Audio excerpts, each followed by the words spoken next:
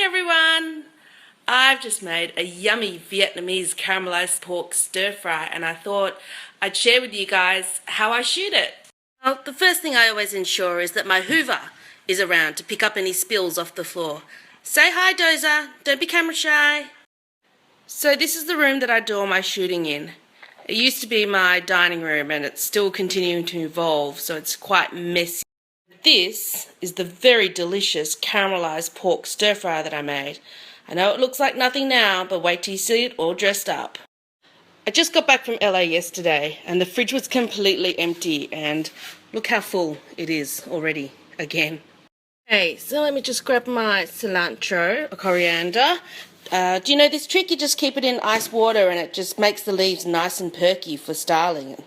I use this 80s wooden cart to transport things between the kitchen and where I shoot. Dozer, stay away. Okay, so I think I have everything I need, so let me... Ollie, out of the way. That's Dozer's friend Ollie who's around for today. Okay, so getting ready to shoot now. Let me just take one more swig of this. I'm still very jet lagged. So the first thing I'm going to do is draw the curtains a bit because this window is very big and I don't like how much light it's letting in. So I'm going to close this one pretty much all. The next thing I do is diffuse the light, and I use these sheer curtains I got from IKEA for about $8, and I use pegs just to pin them to the curtain. And here it is with the diffuser across the window. And this video is a pretty accurate reflection of how bright it now is in this room.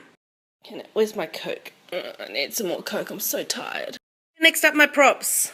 So this is where I keep everything. You can see it's a bit of a dumping ground, but somehow miraculously I seem to find things when I need it. Just got to try some, it's so delicious. Oh, so good. Can't decide whether to use small bowls like that or slightly larger ones. I'm worried that with the small ones, the stir fry will just cover all the rice. So I think this one will work quite well. It's got a wider opening than the other ones, so I'm going to use this one.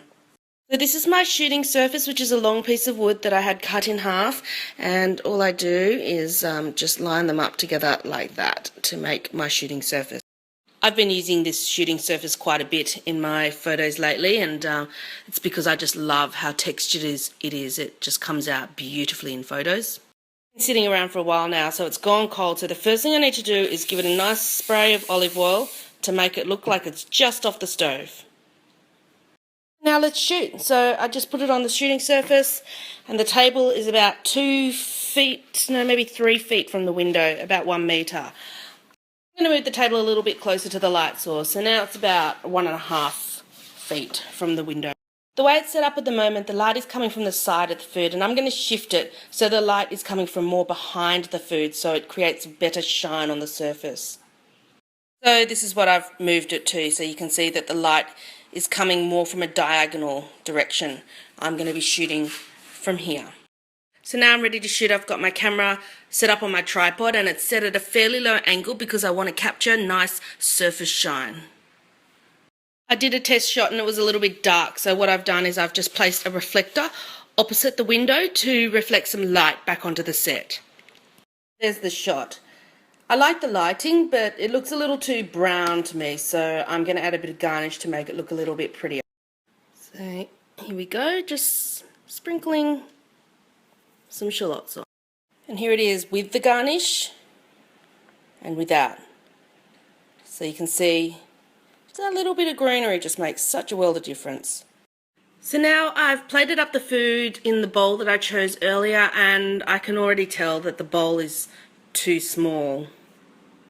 Here's the shot, and the bowl really is too small because there's only about 3 tablespoons of the stir fry on top of the rice, so I'm going to get a larger bowl. Well, seeing as I can't shoot it, I may as well eat it. So good. So good. What do you want? You're not getting any of this. So here's the next bowl I'm trying, which I'm much happier with. You can see here a comparison of the size of the 2 bowls. Why are you blurry?